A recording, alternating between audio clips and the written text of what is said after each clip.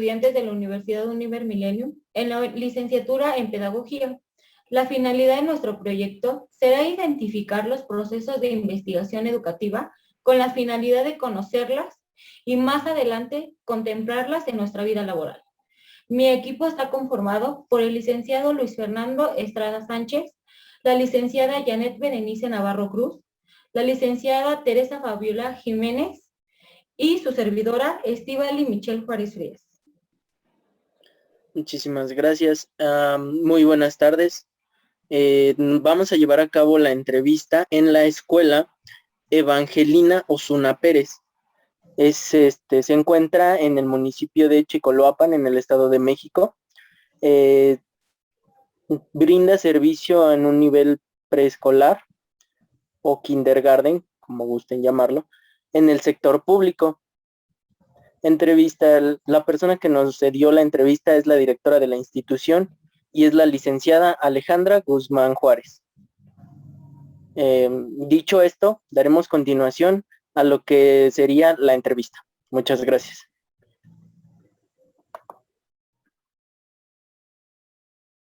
Ahí está.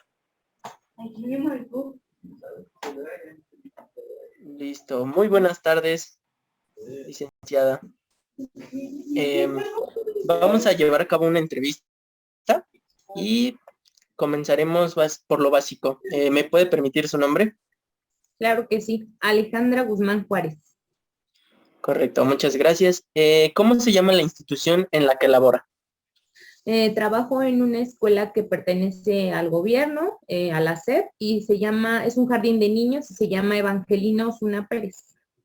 Perfecto. ¿Es en el área pública o es sector público o privado? Es sector Muchas público. gracias. ¿Cuánto tiempo ha laborado en esa institución? 7 años. Bueno, mi primer año fue en otra escuela que ingresé como docente a través de la asignación de plazas de la SEP y después realicé mi permuta. Entonces llevo 6 años en esa escuela. Ok, muchísimas gracias. ¿Y cómo fue que alcanzó el puesto de directivo? Bueno, a lo que se debe de realizar como protocolo para la ascensión o lo que ahora se conoce como promoción vertical, que es el ascenso, se presenta un examen o lo que antes conocías como examen de oposición. Y haces un concurso donde valoran tanto actitudes como aptitudes que tengas para la dirección o la cuestión de la gestión escolar. Tienes que presentar un proyecto y a partir de eso realizas tu examen, tu presentación de proyecto y te valoran y a partir de eso te asignan un puesto. Ok, muchas gracias. Bueno, más que algo un tanto formal, podemos hacer de esto una plática. ¿Usted considera que fue complicado ese proceso? Sí es complicado porque la realidad es que el gremio tiene muy pocos espacios. También hay muchas situaciones ahí donde hay conflictos de intereses y no todos los lugares que debiesen estar disponibles lo están. Y también porque el proceso de selección es complicado. Tiene como 3 años que empezaron a realizar esta cuestión para evitar estas cuestiones burocráticas de que se heredaran las plazas y demás. Realizaron la evaluación docente. No sé si escuchaste que hubo hace como 3 años y estuvo muy sonado que a todos los maestros nos iban a evaluar y demás. Justo en ese proceso también se dio la ascensión y promoción a puestos más grandes. Y sí fue complicado, la verdad, aunque es algo que se supone que cotidianamente tú haces, sí implica muchísimo trabajo administrativo y es complejo. Es complejo, claro que sí, y esperemos que sea bien recompensado ese esfuerzo, ¿no? Sí. Posteriormente, ¿dónde me dice que se ubica su institución? Está en el municipio de Chicoloapan. Es una escuela te digo que es pública y pertenece al municipio de Chicoloapan, a la zona escolar de Texcoco. Perfecto, muchísimas gracias. Ahora, parte del propósito de esta entrevista es reconocer o tratar de hallar alguna problemática que se encuentren en las instituciones, por lo que me lleva a realizarle la siguiente pregunta, que es si usted conoce alguna problemática que ha surgido dentro de la institución. Híjole, muchas. Te podría decir muchísimas, empezando porque estamos en una zona que, a pesar de que se considera urbana, tiene muchas necesidades. El simple hecho de que somos una escuela que está adaptada. Era un edificio que correspondía a una escuela para débiles visuales, sin embargo, desde mucho tiempo atrás, la comunidad logró convertirla en un jardín de niños, y eso pues nos impide o implica muchísimas cosas en cuanto a infraestructura que nos da muchas necesidades. Eso por un lado, pero yo creo que si me preguntaras una problemática la más que yo veo más complicada tiene que ver con el valor que se le da al nivel preescolar. Como sociedad hemos creído que el preescolar es un espacio para jugar, ¿no? Y hasta estos años que se le está dando una obligatoriedad relativa, porque aún con que lleves únicamente el certificado de tercer grado, ya te puedes inscribir al siguiente nivel, que parece que para los padres de familia tiene más relevancia.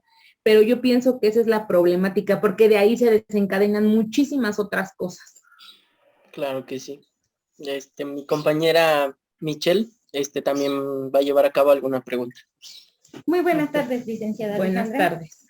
Mi pregunta es, en lo general, ¿los padres de familia de su institución muestran interés sobre el aprendizaje? Pienso que un porcentaje mínimo, pero sí. Pero más bien creo que los padres de familia nos ven como un espacio asistencialista. Esto quedó comprobado ahora a partir de la pandemia, ¿no? Ahora que estaba el regreso tentativo en el mes de julio, eran muchos los padres de familia que deseaban el regreso, pero no tanto, no es tanta su preocupación respecto a qué están aprendiendo sus hijos, sino a la situación que les conlleva de quién se queda al cuidado de sus hijos, ¿no? Cuando esta situación de emergencia que nos llevó al confinamiento no estaba presente, los padres de familia realmente nos veían como el espacio donde podían depositar a sus hijos por al menos 4 o 5 horas para ellos poderse ir a trabajar o hacer otras situaciones. Y ahora pues se complicó mucho porque tenían que estar en casa y aparte apoyarlo en cosas que algunos de ellos no solían hacer, ¿no? Entonces, no creo que todos, porque hay algunos que sí, pero también ahí viene acompañado el problema que tienen de comprender qué tiene que aprender mi hijo en el nivel, ¿no? Porque al haber un desconocimiento, ellos a veces piden cosas que no corresponden y no entienden o no respetan las prácticas que sí deben de corresponder al nivel en el que se encuentran sus hijos. Entonces, siento que sí es importante, pero si lo comparas o si observas a las familias que tienen hijos más grandes, los niños de preescolar son los que menos atención y apoyo reciben. ¿Considera que eso sea un problema, el hecho de que no tengan tanto ese apoyo? Claro, porque los niños de preescolar pienso que debiese de darse la importancia. A partir de los primeros 6 años de vida, los niños forjan sus cimientos para el aprendizaje posterior. El hecho de que ellos aprendan no solo lo que tiene que ver con lo académico, sino con lo social, va a ser la base primordial para sus aprendizajes posteriores. Que los niños aprendan a jugar, a convivir, a hacer, a pensar, a resolver, es el paso inicial para lo que ellos pueden lograr en mayores niveles. Entonces, esa situación sí merma mucho o se puede ver en cuanto a la educación que tienen los niños en niveles posteriores. Claro que sí es un problema. Muchas gracias. Compañero. Claro que sí. Sí, es bastante interesante porque en realidad sí, hoy en día vemos como muchos padres a lo mejor como lo menciona usted, en el aspecto preescolar consideran que a lo mejor es un tanto, se podría decir que lo piensan que es necesario, cuando ya nosotros en este aspecto de la carrera y en muchos más hemos notado cómo se necesita una educación desde temprana edad y cómo es tan importante esas motricidades desde el principio. Bueno, posteriormente esto nos lleva a lo que es otra pregunta, que si ha considerado estrategias para que los padres de familia se interesen más por la educación de sus hijos. Pienso que la primordial y la que siempre hemos llevado como escuela es involucrarlos en el trabajo. Yo creo que en la medida en que conocen o pueden participar, quizás este confinamiento lo reforzó para algunos, pero creo que fue una buena oportunidad para que ellos observen que todo es importante, que hasta jugar tiene un sentido pedagógico cuando se lleva con una intención. Que el hacer un acompañamiento a los niños permite que ellos se sientan importantes y que el aprendizaje se vuelva significativo. Y pienso que algo que siempre llevamos como bandera es promover los aprendizajes para la vida. Entonces siempre buscamos que cuando algo se proyecta en el aula, le sirva en casa y se refuerce en casa. Y esa ha sido la manera de ir como también de alguna manera educando a los padres, porque también esa es la función de los docentes, involucrar a los actores en toda esta situación del aprendizaje. Y pienso que esa ha sido nuestra estrategia, invitarlos a las mañanas de trabajo, durante las reuniones explicarles, darles a conocer el programa que nos rige, qué es lo que permea el trabajo de cada una de las docentes dentro de las aulas. Así es. Muchísimas gracias. Compañera. A otra pregunta ligado a eso, ¿considera que afecta la falta de interés de los padres de la educación hacia sus hijos? El poco interés que tienen los padres en la educación que deben de impartirle hacia sus hijos. Claro que sí, yo creo que eso se ha visto en cuanto a, por ejemplo, ahorita en esto de la pandemia. Ahorita tuvimos casos de niños que no tuvimos contacto en ningún momento, ¿no? Y sin embargo, la indicación que dio nuestro sistema educativo fue a todos hay que ponerles la evaluación. Y quizá es algo arbitrario, quizás algo injusto, pero yo creo que en este nivel yo sí lo relaciono completamente con los padres de familia, porque al final del día ellos son los responsables de los menores. Entonces, puede ser que alguna gente piensa que no importa, ¿no? Porque para todos fue un ciclo perdido, pero no. Yo creo que los niños aprenden, siempre están aprendiendo algo, ¿no? Quien diga que en este momento de pandemia la educación se estancó, no es real, porque los niños aprendieron a moverse a través de las tecnologías, a ser más autónomos, a tener que convivir, a pensar, a resolver. Entonces, yo creo que sí, los padres de familia sin duda son el motivante o el detonante para que los niños se interesen por aprender. Y si los niños no tienen ese respaldo o ese apoyo, obviamente los aprendizajes y el perfil de egreso no se logra en aquellos niños con los que no podemos vincularnos con los padres de familia. Como les decía hace ratito, es un trabajo colaborativo. Como docente propones y detonas, pero realmente quien tiene que llevar a la práctica y seguir fortaleciendo esos aprendizajes son los padres de familia, y si ellos no se involucran o no le dan la importancia que debiese, pues entonces no creo que se tengan los resultados similares a aquellos niños que continuamente reciben el apoyo de sus tutores. Ok, muchas gracias. Claro que sí, desafortunadamente es la realidad en la que estamos. A lo mejor esa falta de desinformación por parte de los papás o de esa falta de credibilidad que le tienen hacia tal nivel educativo. Y de hecho, hablando más o menos sobre eso, viene en base a la otra pregunta, que si es que con el desafortunado contexto social que vivimos hoy en día, que es lo de la pandemia, ¿considera que empeoró la situación, esta problemática que estamos abordando, o la mejoró de algún modo? Yo pienso, bueno, creo que hay dos puntos, ¿no? No podríamos decir que sí, que no. Creo que fue una oportunidad para que al magisterio o al gremio se valorara el trabajo que se hace, ¿no? Porque los padres de familia se dieron cuenta que no es sencillo manejar un grupo de alumnos y mucho menos a sus hijos, ¿no? Creo que también fue una oportunidad de que ellos se dieran cuenta de que hay muchas formas de que nuestros hijos aprendan sin que a fuerza tengan que estar sentados con la libreta o el lápiz, ¿no? Que la lectura de cuentos, que el juego, que las actividades cotidianas, que la resolución de problemas del propio contexto familiar son oportunidades para aprender. Pero también creo que estuvo la situación donde los padres de familia, que te voy a decir una cosa, presencial o no, aquellos que no les importa, estuviéramos dentro de las escuelas o no, no se involucraron. Aquí el problema creo que fue la organización que se tuvo desde nuestras autoridades máximas. Creo que parte de educar a la sociedad y a los alumnos es enseñarles y demostrarles que todas nuestras acciones tienen consecuencias, ¿no?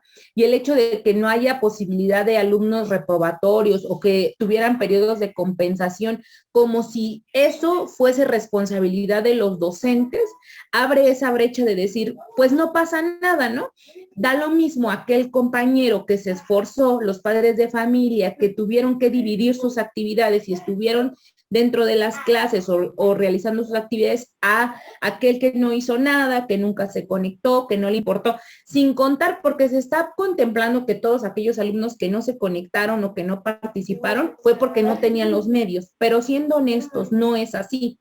Difícilmente en esta actualidad y más en el contexto urbano en el que nos encontramos, hay alumnos que no puedan tener acceso al aprende en casa en televisión o al internet o a lo mejor al poder llamar con los docentes.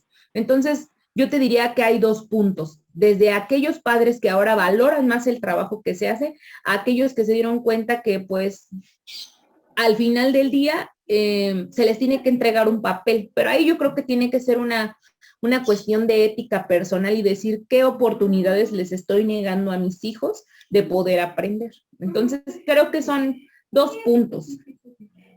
Claro que sí, y la verdad me gustó mucho su respuesta, puesto que yo estoy llevando a cabo mi servicio social a nivel secundaria y en nivel secundaria se nota también esta ausencia de los padres en los que ya no, por así decirlo, a lo mejor se escucha feo, pero ya abandonan a los niños a que ellos empiecen a hacer sus procesos, por decir, los chicos que continúan su educación a nivel medio superior, los padres ya no los acompañan a hacer sus exámenes, no los informan, muchos de los chicos no sabían qué querían estudiar, como que no hay como claras muchas prioridades. Y en realidad eso, por lo que pude notar, sí creció también durante la pandemia, puesto que desafortunadamente muchas personas perdieron su trabajo y se trataba de dialogar con los padres, pero pues sí nos decían como de, no, pues es que no pude, perdí mi trabajo, no puedo estar atendiendo al niño porque estoy yendo a buscar empleo, cosas así. Desafortunadamente sí afectó en muchos sitios y también a nivel secundaria. Nada más eso quería retroalimentar en base a su gran respuesta. Muchísimas gracias. Compañera. Considero que en eso los padres de familia tomaron a lo mejor otras prioridades, ¿no? Dejaron la educación muy independiente a un lado y pusieron a lo mejor como prioridad generar dinero, ¿no? O te doy de comer o te educo, ¿no? En casa. Entonces creo que también hubo como mucho ahí en el de... Pero eso nos permite ver la situación que siempre ha permeado la educación en México, ¿no? Siempre se ha pensado que la educación compete única y exclusivamente a los maestros, lo que yo les decía. Entonces, todo es culpa de los maestros. Todo aquello que no se logra es culpa de los docentes, porque yo tengo que preocuparme por ir a buscar trabajo para cubrir tus necesidades, pero también los padres de familia tendrían que estar implicados en este proceso. Este periodo de prueba de pandemia no tendría por qué haber sido tan complicado si ellos de manera recurrente hubieran estado siempre involucrados en este proceso de aprendizaje de los niños. Por eso les digo que esta pandemia vino a poner a prueba en nuestro sistema educativo, nuestras habilidades como docentes, nuestras competencias para el aprendizaje y la enseñanza de nuestros alumnos, pero también la consolidación de las familias y el valorar qué tanto conozco a mis hijos, qué tanto me involucro con mis hijos y qué tanta importancia les doy a su crecimiento y a su desarrollo. Claro, como convertirse en un guía, ¿no? Claro, los padres siempre debemos de ser orientadores, facilitadores, y tenemos a padres que realmente no conocen a sus hijos y que únicamente, yo lo sé, por la situación que permea nuestro país, se ven en la necesidad de tener que salir a trabajar todos los días y pues dejar a su suerte a los hijos al cuidado de otras personas que pues sin duda hacen lo que pueden o incluso a ellos mismos, a los hermanos mayores, y ahí es donde radica el verdadero problema de nuestro sistema pues gubernamental, de nuestro sistema educativo. Estamos queriendo cubrir carencias que tienen un trasfondo diferente. Ok, muchas gracias.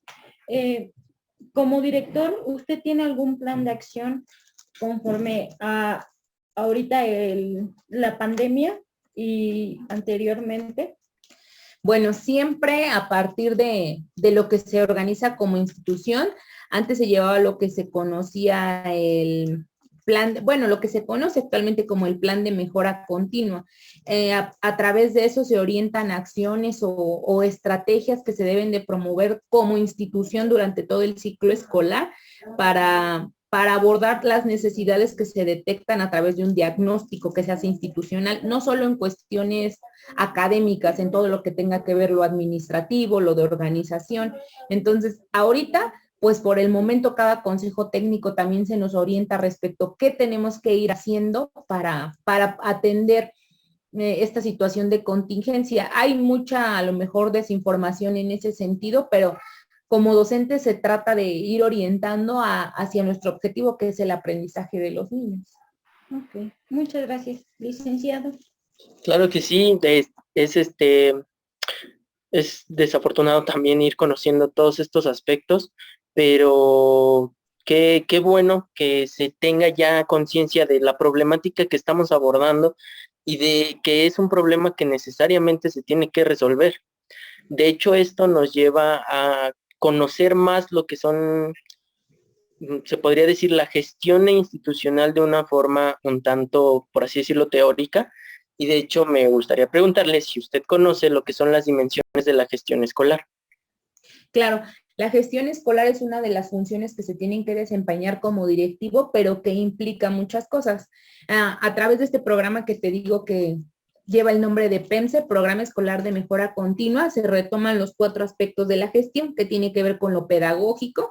Ahí se realiza un diagnóstico respecto de si las docentes llevan a cabo una planeación acorde al nivel, si retoman todos los materiales con los que se cuenta que emite la SEP, si llevan una evaluación cualitativa, si cumplen con los planes y programas, si se lleva a cabo una situación didáctica exitosa. Entonces, en ese programa o pues es un documento de gestión, se contemplan esos aspectos, se contempla el aspecto de organización y administrativo, cómo se van a utilizar los recursos, en qué se van a implementar, qué es lo que se va a hacer, y también tiene que ver con la organizacional o lo social, cuando se integran los comités y cuáles son sus funciones. Entonces, en este programa que te digo que se llama así, PEMSE, Programa Escolar de Mejora Continua, se retoman esos 4 aspectos.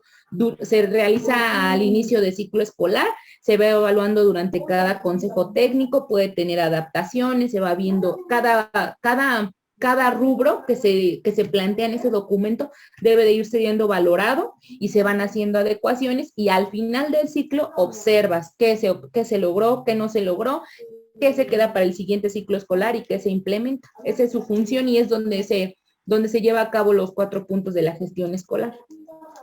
Y basándonos en esto, ¿nos podría indicar cuál es la importancia para usted sobre estas dimensiones? Claro, esas 4 dimensiones te van a orientar hacia qué aspectos de tu quehacer docente debes de atender. Por ejemplo, como directivo, ¿qué es lo que tengo que estar observando, valorando, orientando, corrigiendo respecto a la función que tienen mis compañeras docentes dentro de las aulas? ¿Qué nos falta por hacer? ¿Qué ya estamos haciendo? ¿Qué nos falta implementar? Los planes y programas si se están llevando a cabo, si estamos retomando cuestiones como el inglés, los proyectos de lectura, vida saludable, todo eso se contempla en lo que tiene que ver con la pedagogía, el aspecto pedagógico de la gestión. Lo que tiene que ver con lo organizacional, cómo nos distribuimos esas tareas, cómo repartimos tiempos, cómo involucramos aquellas materias extracurriculares como es educación para la salud, como es educación física. Ahí también entra lo administrativo, qué recursos tenemos que asignar para la mejora de la infraestructura, qué les hace falta a las aulas para el logro de los aprendizajes. Y ahí viene la otra parte que tiene que ver con la participación social, los comités, cómo involucramos a los padres de familia para esta participación. Hay comité de padres de familia, comité de participación social que se encargan de la administración de los recursos para que haya esa transparencia entre lo que se recibe y lo que se usa. se integran comités de lectura, de vida saludable, en la escuela tenemos comedor escolar, entonces también se integra el DIF. Todo eso es muy importante porque al final del día son los ejes que rigen el trabajo que se desarrollan dentro de las aulas con el único objetivo de brindarles una educación integral a los niños. Muchas gracias. Sí, de hecho, es bastante interesante notar cómo esto en realidad es un trabajo en conjunto, ¿no? Como usted lo mencionaba, no es nada más el quehacer de un director, ya sacar adelante a lo mejor las planeaciones para poder continuar con un desarrollo educativo positivo, sino que tienen que estar inmersos todos, desde los docentes hasta los administrativos, como también lo son los padres de familia. Aquí es donde reiteramos la importancia de que estén en el medio. Muchísimas gracias. Después, de hecho, con base a eso, podemos preguntarle cómo es que se lleva a cabo su planeación estratégica en la institución. Como te comentaba, se lleva de manera anual, pero no se debe de, no cada año se cambia. Es decir, por ejemplo, en este mes de agosto que nos incorporamos, los docentes nos incorporamos muchísimo antes que el inicio de ciclo escolar con los alumnos para hacer esta planeación y diseño o el boceto de lo que se espera realizar durante el ciclo. Entonces, inicialmente fijamos objetivos, metas, seguimientos, responsables, instrumentos de evaluación, tiempos, y es ahí donde se asignan tanto comisiones para los docentes, se plantean cuáles van a ser las orientaciones o nuestras prioridades, se valora lo que se obtuvo el ciclo pasado para reconocer qué es lo que hay que trabajar al siguiente, y te digo, de manera continua durante el ciclo vamos valorando de eso que se planteó, porque se tiene que hacer por escrito, qué es lo que nos falta por hacer, qué es lo que no se ha hecho, y también qué se tiene que ir agregando, porque no puede ser un documento estático, al igual que la planeación, ¿no? Debe de ser nuestra base o nuestra guía, pero todo tiene que tener modificaciones de acuerdo a las necesidades que tengan nuestros alumnos y la institución como tal. Así es. Muchísimas gracias. Compañera. Licenciada, a su consideración, ¿hace falta menos elementos para llevar una adecuada planeación estratégica? ¿Hacen falta menos o más elementos? Menos elementos. ¿Considera que ya hacen falta menos?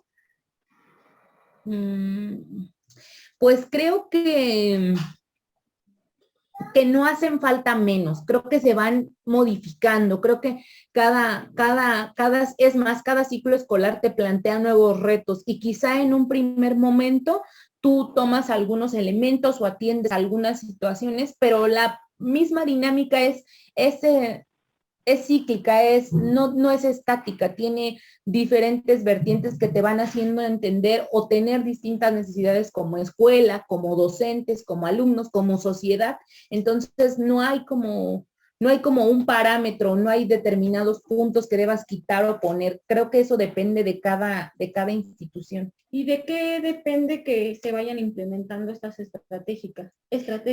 De las problemáticas que se te puedan presentar y también de lo que se nos vierte como instituciones, porque, por ejemplo, tú puedes diseñar a lo mejor un plan, pero si nos están solicitando, te puedo decir, por ejemplo, al nivel preescolar, hace 3 años que se le solicita obligatoriedad del primer grado. Todas las escuelas que tuvieran únicamente un turno, que no fuera turno extendido, tenían que implementar un primer grado siempre y cuando tuvieran un aula. Entonces eso también nos lleva a otra necesidad, el tener que adaptar espacios, el tener que elegir una docente, el tener que distribuir grupos. Entonces depende de situaciones que tengan que ver con las necesidades del propio servicio. Siempre se tendrá que ir adecuando, ¿no? Claro, así es. Licenciado. Claro, bastante interesante esta parte porque de cierta forma yo desconocía algunos aspectos o más bien algunas, ¿cómo decirlo? Algunos puntos de implementación que a lo mejor yo pasaba desapercibidos, como es el ajuste, esto que menciona usted de los preescolares. La verdad yo lo desconocía, pero considero que es bueno porque se planea, se tiene un objetivo presente, ¿no? Y es el ya no derogar más la educación. Si de por sí el hecho o el contexto en el que estamos nos está haciendo relativamente acelerarla a pasos en los que pues, no está dando como tal los resultados que esperamos, es necesario cambiarlo. y tener en cuenta qué problemática está para que pueda llevarse a cabo un plan de acción correcto. Ay, Claro. bueno, de hecho esto nos lleva a la siguiente pregunta, que si usted conoce lo que es la evaluación institucional y para qué funciona. Claro, la evaluación institucional tiene que ver con lo que yo te decía, la detección oportuna de aquellas fortalezas y necesidades que se tienen como escuela. No todo puede ser bueno ni no todo puede ser malo, pero justamente como cualquier evaluación que se aplica para los alumnos en una empresa, te permite reconocer qué estás haciendo bien y qué puedes mejorar y qué necesitas atender. Entonces esa evaluación te da los parámetros que tú como directivo o como líder de un equipo de trabajo y de una estructura, porque al final del día la escuela es una estructura física, necesitas atender.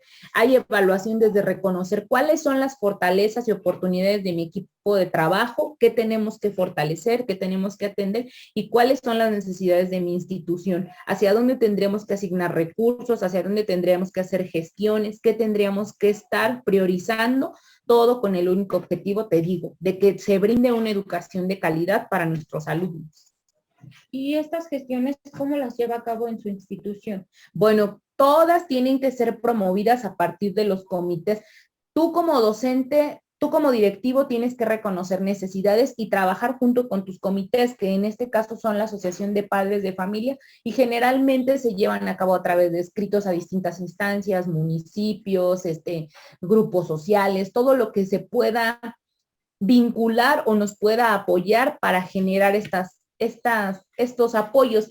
Si bien es cierto y siempre se dice que los programas también son emitidos por la SEP, a veces no son para todas las escuelas o no tienen los aspectos que se necesitan, ¿no? Mucho se habla de esta situación de que la educación debe de ser gratuita y esta idea se ha vendido a los padres y sí, en efecto, la educación lo es porque los libros de texto no les tienen un costo, porque al final del día ellos no pagan los sueldos de nosotros de manera directa como lo hacen en un particular.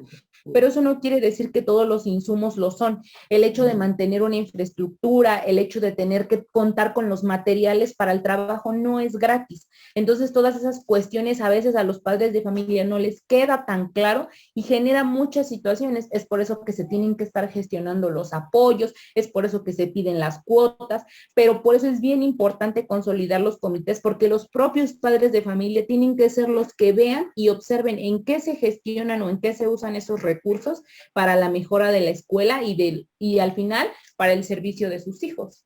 Precisamente lo que ha generado ahorita con lo de la pandemia, ¿no? Que se han dado cuenta los padres de familia a lo mejor cuánto se gasta en material, ¿no? Ellos como padres a lo mejor en casa que tengan que sacar sus copias cuando ustedes no se buscaban la manera de 100 copias son 100 pesos de ustedes y a veces terminaban poniendo hasta de su propia bolsa, ¿no? Eso les ha generado conciencia, bueno, esperemos que les haya generado conciencia a los padres de familia, igualmente de todo lo que se requiere para una educación, ¿no? Para ellos como guía, para nosotros como guía y para ellos como igual reforzadores de una educación, de un aprendizaje que se está implementando en la vida de los pequeños. Así es. Y de hecho es bueno, yo quería mencionar también que es una realidad bastante triste porque también lo noté en mi servicio social, igual a nivel secundaria, que los padres como tal no son comprensivos de esto. Como usted lo menciona, el servicio, consideran que todo servicio es gratuito, pero siempre aparecen lo que son estas situaciones extracurriculares, como lo es por decir, en esa escuela se quejaban de darle un sueldo a la persona que antes fungía de conserje y ahora funge como velador. Y se les explicó que era necesario un velador porque muchos, bueno, se han reportado muchas veces en las que se metieron a robar las instalaciones, o sea, se metían a robar bancas, lámparas, y entonces era necesario y los padres como que se cerraban en ese aspecto. Decían como, pues nada más pídanle más al gobierno porque pues yo no puedo estar dándoles lo que es para una banca o para la banca, sin mencionar que pues es para que... erróneas. Ajá, exacto. Sí, tienen ideas erróneas respecto de lo que implica darle. Ahorita decía, no, a lo mejor van a valorar sí y no, pero se nos viene el reto más difícil, porque si hay un regreso a clases, imagínate después de año y medio, si estando presentes y que los conserjes o los comités o como se organicen dan pues algo de limpieza o de mantenimiento a la escuela, imagínate año y medio sin a través del vandalismo, sin darle un cuidado, sin la limpieza, sin todo lo que se requiere. Y aparte, ahora nos piden que tengamos sanitizado, que se tenga gel. Hay escuelas que ni siquiera agua tienen, ¿no? Entonces, las realidades de lo que cada institución vive nos rebasa por mucho a lo que el gobierno ve, ¿no? Porque ellos dicen, sí, no hay oposición para un regreso a clases, ¿no? Pero realmente las condiciones que permean algunas instituciones no son las mismas a los que ellos ven, ¿no? O a lo que los padres de familia creen que se está dando, porque yo oigo en la televisión como papá que dicen, no, o sea, todas las escuelas ya tienen su regreso a clases y los medios para. Bueno, algunas escuelas, pero eso no implica que todos estamos en igualdad.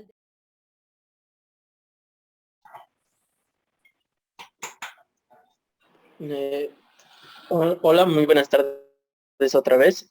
Bueno, vamos a dar continuación con la entrevista y vamos a pasar a lo que es la siguiente pregunta. Nos quedamos en cuál es la sugerencia que usted podría darnos sobre un plan de acción para el regreso a clases. Pues pienso que tendrían que priorizarse los contenidos para poder atender sobre todo a aquellos niños que ya van a egresar del nivel. Tendría que promoverse el hecho de que no estén con excesos de tareas ni de actividades, sino que realmente se aborden los contenidos más significativos. Y pienso que lo más importante es la salud de los niños. Entonces, si es necesario que se continúe de manera virtual, se tendrán que hacer los ajustes necesarios para que se pueda continuar aprovechando el tiempo con los niños sin necesidad de tener que, pues a lo mejor que ponerlos en peligro. Ok, perfecto. Muchísimas gracias, compañera. ¿Qué piensa del nuevo calendario escolar? Pienso que siempre se debe de apostar más a calidad que cantidad. Y creo que el extender el tiempo no tiene ningún sentido si al final del día las evaluaciones se entregan muchísimo antes. Pienso que se tendrían que, si de verdad se busca una compensación por el año y medio que no se tuvo presencial, se tendrían que hacer ajustes a planes y programas, se tendrían que hacer los ajustes a Aprende en Casa, pues no todo el contenido puede ser abordado como ellos pretenden. Creo que otra situación sería ajustes a los planes y programas, a los libros de texto. Esa realmente sería una buena manera de aprovechar el tiempo y no creo que sea lo más acorde.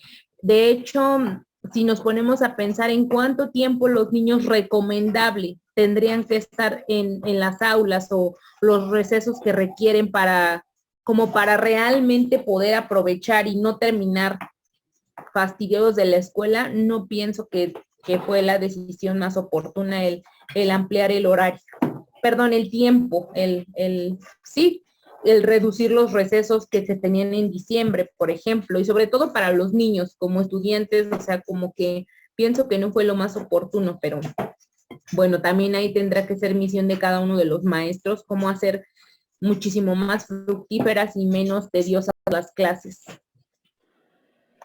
Considero que también como maestros, ¿no? Como licenciados es un poquito difícil el hecho de tener que estar implementando actividades, ¿no? En las que no se estén aburriendo o se les haga tan tedioso el tomar clases, y más a los niños de esa edad, de esa etapa, se vuelve un poquito más frustrante para ellos el aprender. Además que ya, o sea, propio biológicamente no es ni siquiera recomendable que se les tenga tanto tiempo dentro de situaciones académicas, pero bueno, les digo, también ahí va a tener que ver con las habilidades que los docentes tengan para manejar y que esto no se vuelva de, bueno, pues como es más tiempo, pues ahora hay que dejar más tareas y más contenidos, porque en lugar de ser algo benéfico va a terminar siendo negativo en todos los aspectos, porque también implica más trabajo para nosotros como docentes.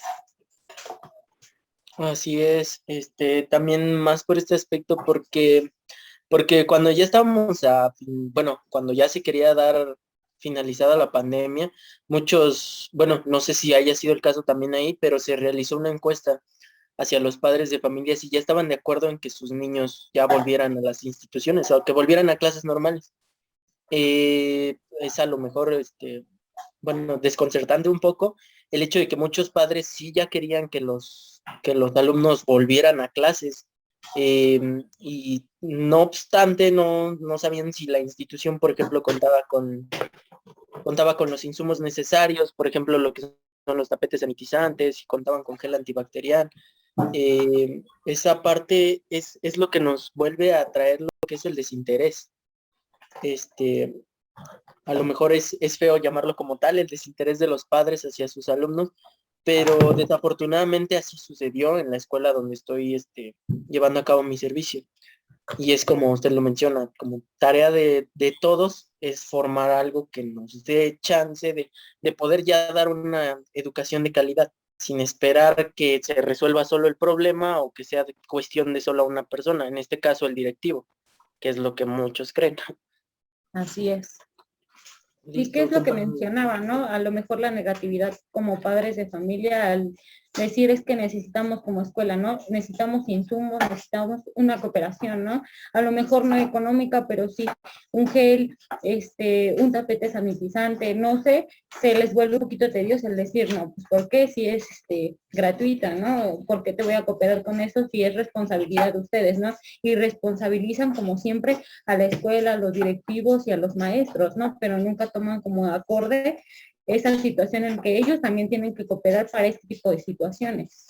Aparte, no solo va a implicar una cuestión económica o de adaptación de los propios espacios, tiene que ver también con esa responsabilidad compartida de qué vamos a hacer si algún contagio se presenta dentro de la escuela, porque se tiene que entender que la escuela va a tomar todas las medidas precautorias necesarias, pero también de los padres de familia va a depender el hecho de que podamos evitar esas situaciones y comprender que no es responsabilidad de nadie, ¿no? Como no lo está haciendo como sociedad, todos tenemos que cuidar y de estar en el entendido de me cuido a mí para cuidarte a ti, pero si desde el momento que estamos en casa no hemos logrado modificar estas, sí tenemos que entender que no vamos a poder regresar a lo que cotidianamente vivíamos, ¿no? Por eso esto de la nueva normalidad y el tener que habituarnos como sociedad va a implicar muchísimas cosas. Entonces, pienso que a eso, sumarle un horario extendido, a eso, tener que escalonar, a eso, pretender que tengamos que diversificar estrategias, a eso pretender que les puedes explicar a unos niños de 3, 4 años que no te pueden abrazar, que no se pueden abrazar, que no pueden compartir, que no pueden tocarse, que tienen que respetar las distancias, sí va a ser complicado, sí es una situación que vamos a tener que pues mediar y enfrentar como sociedad, pero te digo, son situaciones que a veces a nuestro gobierno pues se les pasan de largo y que son situaciones que al final del día tenemos que resolver en cada una de las instancias. Y eso es algo que ustedes van a tener que ver, porque la realidad es que cuando nos preparamos como profesionales de la educación, olvidan decirnos las realidades de los contextos, olvidan decirnos esa parte que no es empírica, que es empírica, esa parte que no va con la teoría, donde tu labor va más allá de impartir conocimientos, es impartir muchísimas situaciones y cultura a la responsabilidad que tienes no solo con tus alumnos, sino con una sociedad, porque lo que tú haces con tus alumnos se transmite a sus hogares.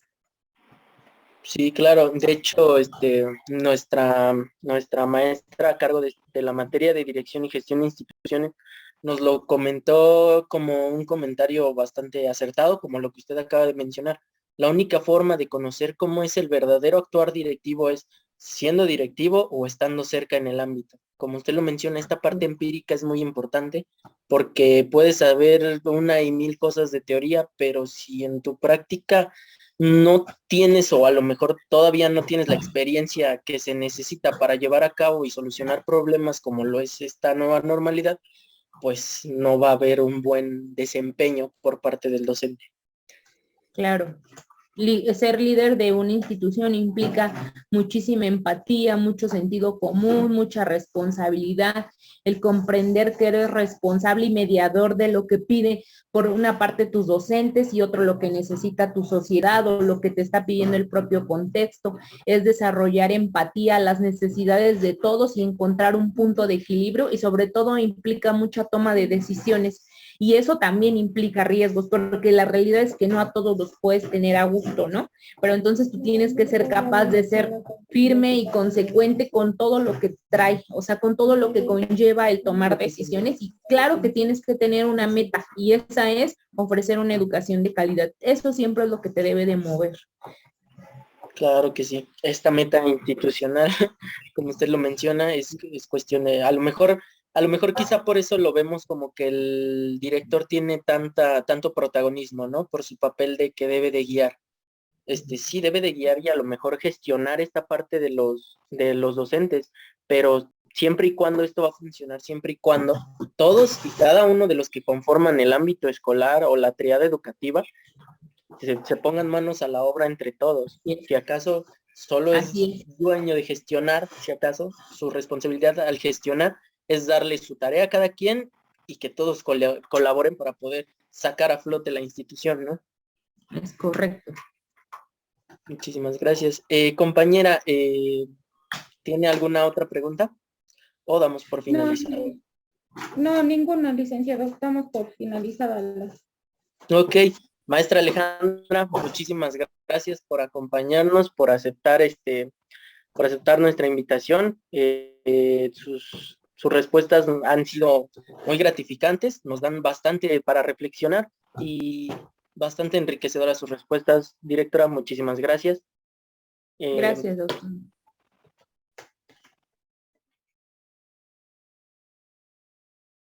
Posteriormente a la entrevista, pasaremos a dar conclusiones por parte de mi compañera, la licenciada Estíbaliz Michel, y por su servidor, el licenciado Fernando. Adelante, compañera. La familia, como ente regulador y formador de la sociedad, desde sus orígenes, tiene una importancia vital en la formación de cada individuo que integran las comunidades de todo el mundo, que se desenvuelve y relaciona con su entorno y semejantes. Cabe resaltar que es en la familia donde todo ser humano adquiere sus valores y definen sus personalidades, marcan sus sueños y guían su futuro, por lo que distintos tipos de familias influirán de diversas maneras en los individuos. Hoy, cada vez más, se reafirma la importancia y la necesidad de ofrecer una educación colaborativa en conjunto de los padres de familia y los maestros, creando así una educación de calidad. Lamentablemente, la participación de los padres en el proceso educativo ha ido declinándose,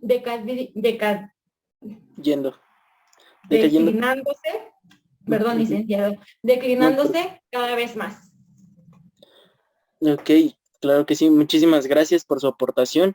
Bien, como pudimos reflexionar en la entrevista, esta es una problemática que sobresalió de las demás que mencionaba la maestra Alejandra.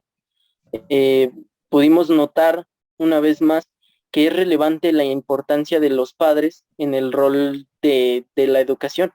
Es necesario que estén acompañando el proceso de formación de sus hijos, independientemente del nivel educativo al que estos pertenezcan, porque si bien la problemática se basó en que el nivel educativo del preescolar tiene como cierta falsa credibilidad por parte de los padres de familia, cuando hoy en día, con base a todo lo que hemos aprendido, no solo en este módulo, sino en todas las asignaturas por las que hemos pasado, una educación comienza desde temprana edad, si queremos que sea una educación de calidad, claro. Entonces, es así como el acompañamiento de los padres como guías y como maestros también, porque una educación empieza en casa. Los profesores tienen esta responsabilidad quizá de educar, pero en base a conocimientos, valores y lo que son el ser respetuoso, el ser solidario, siempre se aprende en casa. Esta problemática surge a base de esto y hace que el día de mañana los chicos, en este caso del preescolar, tengan problemas de educación, y no solamente en el ámbito de los conocimientos, sino en el ámbito social. Les puede llegar a costar el socializar con los demás alumnos en el nivel primaria, que es lo que les espera. Es por ello que nos interesamos mucho en este tema, y es más que nada lo que podemos rescatar de la participación de la maestra Alejandra. Bueno, posterior a esto, damos por terminada la entrevista realizada en la institución preescolar por parte de la maestra Alejandra Guzmán Juárez. Nuevamente le doy las gracias por dar el tiempo y por ayudarnos a contestar estas preguntas. También a usted, compañera licenciada, le agradezco por estar aquí y por haber sido partícipe de esta entrevista y de esta investigación. Muchísimas. No, muchas gracias a usted también, licenciado, por los conocimientos que hemos compuesto, igualmente a la licenciada Alejandra, porque ha sido de gran alimentación lo que nos ha comentado, ¿no? Hay cosas que a lo mejor como licenciados a este nuevo ingreso de ser maestros, ¿no?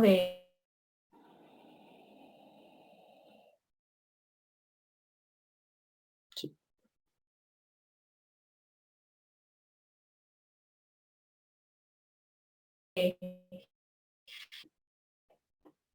Se está cortando un poquito. Sí, se trabó. Pero pues ya. No hay problema. De todas maneras, damos por terminada la entrevista. Muchísimas gracias por tu participación y reiterando el espacio de la directora Alejandra. Muchísimas gracias y hasta luego. Hasta luego.